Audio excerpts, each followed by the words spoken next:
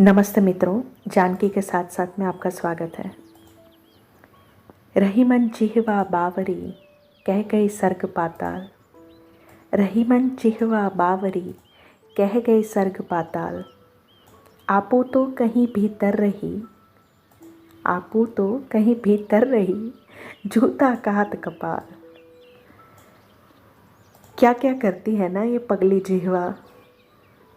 बोलती है और फिर अंदर चली जाती है, लेकिन अपने बोले हुए शब्दों से मार कौन खाता है?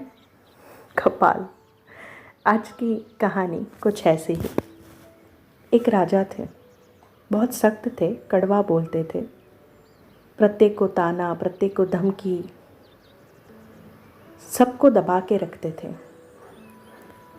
अब राजा के आगे बोले कौन? एक दिन राजा ने अपने दरबारियों से कहा कि जो जो आदमी जिस वस्तु को सबसे अधिक बुरा समझता है उसे मेरे पास लाओ। दूसरे दिन कोई आदमी कीचड़, कोई सड़ा गला कूड़ा तो कोई कचरा उठा के लाया। एक बुद्धिमान आदमी एक मृत पुरुष की जीभ काट कर लेके आ रहा है। राजा ने उस जीभ को देखकर पूछा, इसमें बुराई क्या है? आदमी ने कहा, महाराज, बुराइयों की सारी जड़ तो यही है।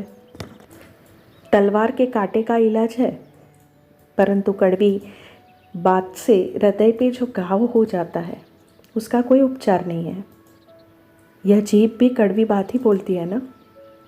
राजा को कुछ लज्जा अनुभव हुई और सोचा कि सबसे कड़वा तो मैं ही बोलता हूँ, प्रत्येक को ताना मारता हूँ, गुस्सा होता हूँ, लेकिन वे चुप रहे। राजा ने दरबारियों से कहा कि जिस जिसको जो चीज़ सबसे अधिक अच्छी लगती हो वो मेरे पास लेकर आओ।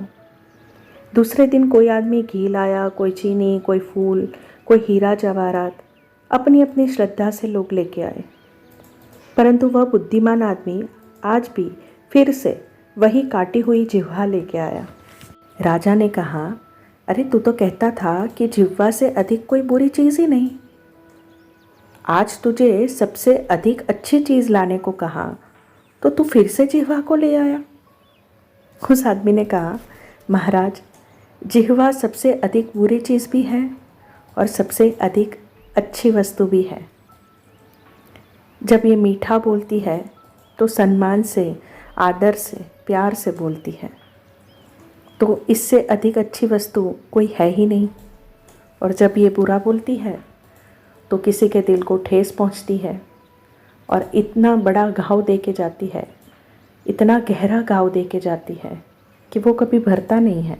जिह्वा से जो शब्द निकलते हैं वो किसी को ठंडक भी दे सकते हैं और किसी को घाव भी दे सकते हैं।